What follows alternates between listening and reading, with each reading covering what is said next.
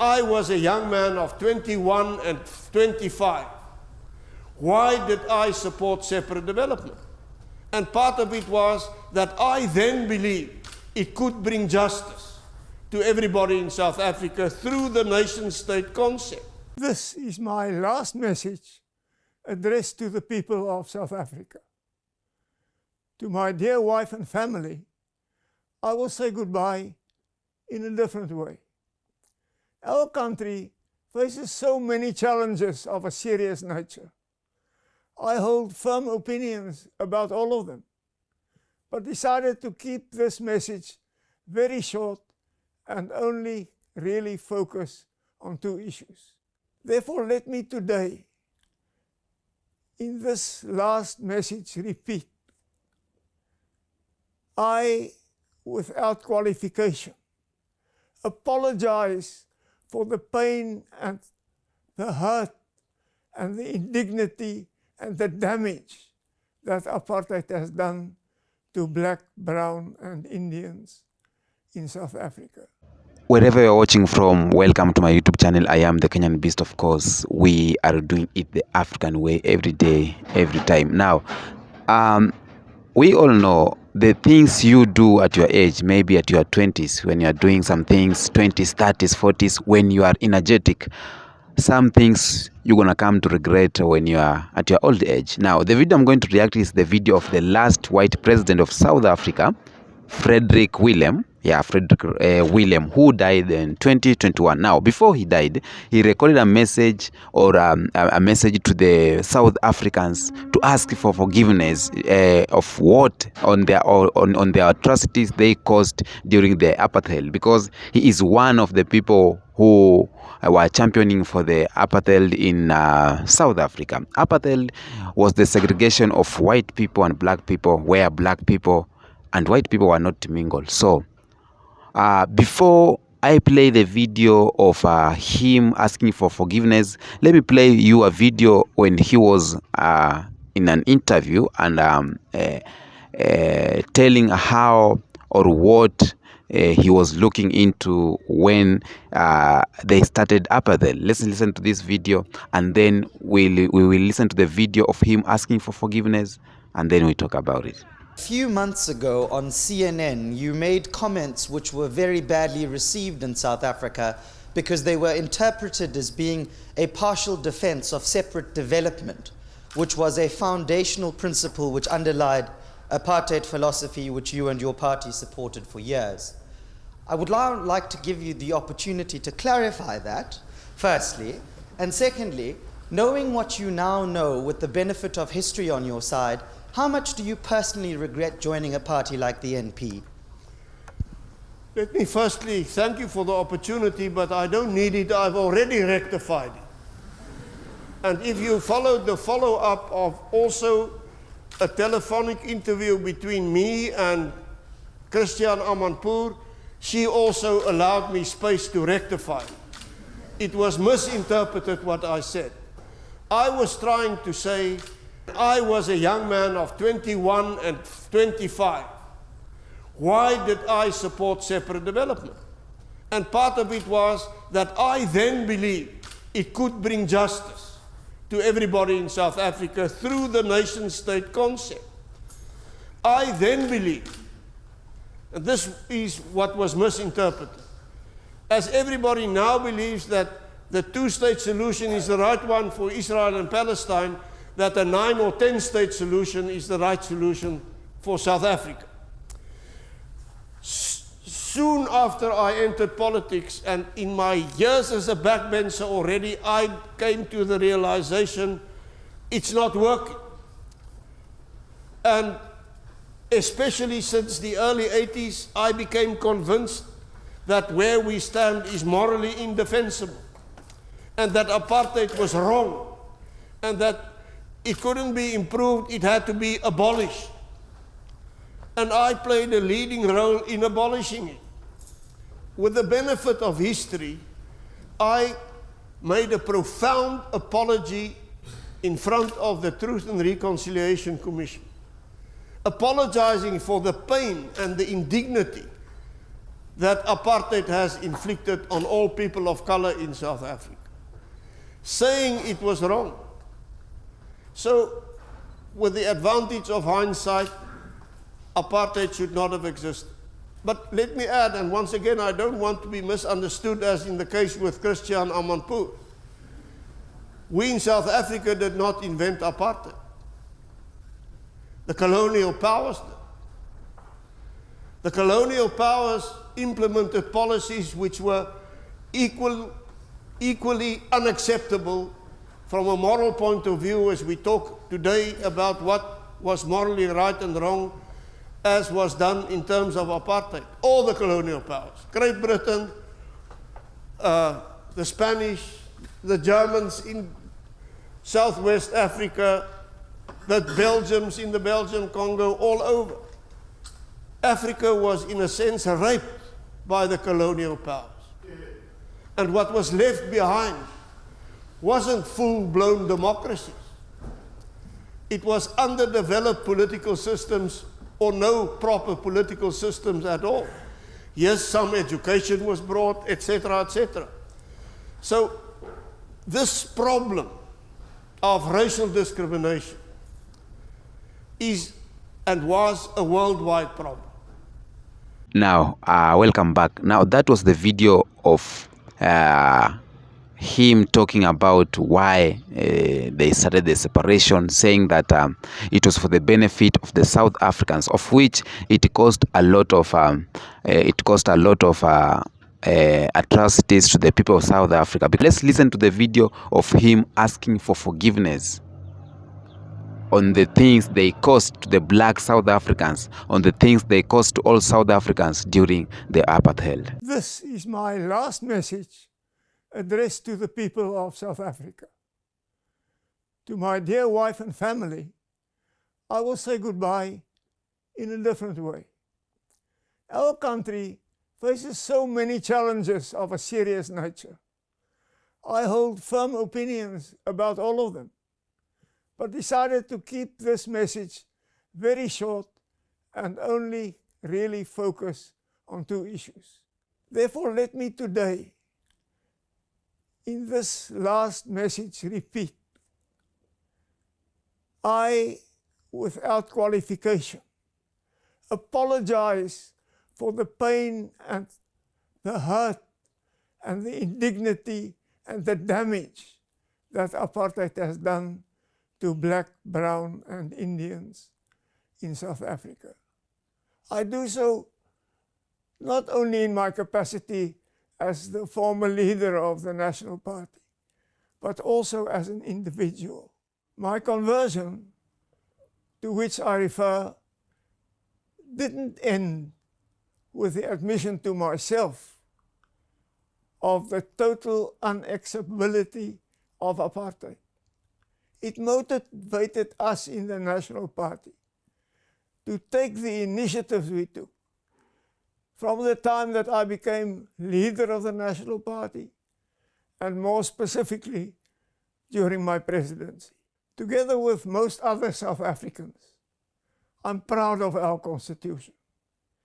The Constitution which we hammered out in the negotiations which started in 1990 and which culminated in the final Constitution of 1996. I fully associate myself with the values and principles enshrined in our Constitution. And I'm deeply concerned about the undermining of many aspects of the Constitution, which we perceive almost day to day. The road forward is a difficult one, but I firmly believe that if we take hands, and if all the reasonable people in South Africa put their heads together, we can overcome the challenges we face, and we can fulfill the tremendous potential that South Africa has. May the South African nation show the courage and the ingenuity to achieve. Welcome back. Now, this was the message he recorded before he died. He died in 2021. He was born in 1936 and died in 2021. He went into power in 1989 to 1994, if I'm not wrong, as the last white president of South Africa. And during his reign, he supported apartheid. And according to his statements, he said that it was for the benefit of South Africans. And a lot of things happened. Little did he know that one day maybe it will be the end of him. You know, as Nelson Mandela said to the opposition leader of Uganda, he said that keep fighting, even if you want to win today, but nature will win for you, because people get old, and if you get old, you'll have to step down from that seat. Now, apartheid caused a lot of pain to the people of South Africa, and as I learned the history, or as I read the history, I get to understand that there were a lot of killings too were happening, and white people thought that they were the chosen one, they were the best. Believe me, this was a black country, and as a black country, we need to be led with black people, not white people, because yes, a black person can lead, or a white person can lead a black country, but for the things they did, discrimination they did to the black people in their own country, it was so bad. And asking for forgiveness sometimes does not clear the pain that we have. Sometimes does not make us now be even. Sometimes it's just increasing the pain, because if you are asking for forgiveness, there is some things maybe you took from us. For example, as colonial people, maybe asking for forgiveness to Africans. And some Africans are saying that if you are asking for forgiveness, we are asking for reparations, of which bring back what you stole from us, bring the golds back, bring our land back, we want our country back. You have a lot of things that you stole from us. So if you're asking for forgiveness and we are asking for reparations, so that we need to be even, you know. But another, again, asking for forgiveness, it's one way of you accepting what you did was bad, and it's one way of you to accepting that, you know, all the things you did to us, and sometimes it ends well with your soul, because during apartheid in South Africa, black people were highly discriminated, and white people thought that the country is theirs. Most of the white people in schools, you know, there were only schools for white people, schools for black people. I know there's some people who don't know about apartheid. Schools, buses, public transport for white people and for black people. Toilet only latrines for black people and for white people. That was called, it was segregation of color.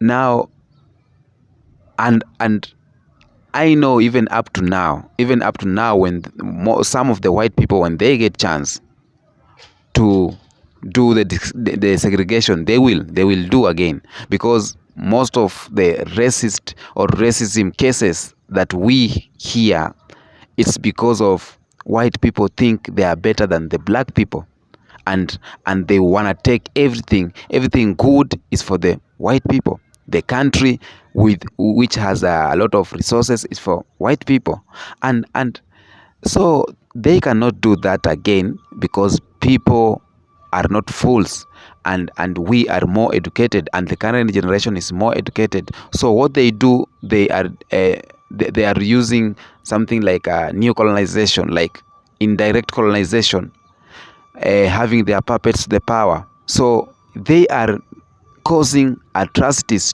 to Africans, but in a different way. And we know it, and we see it.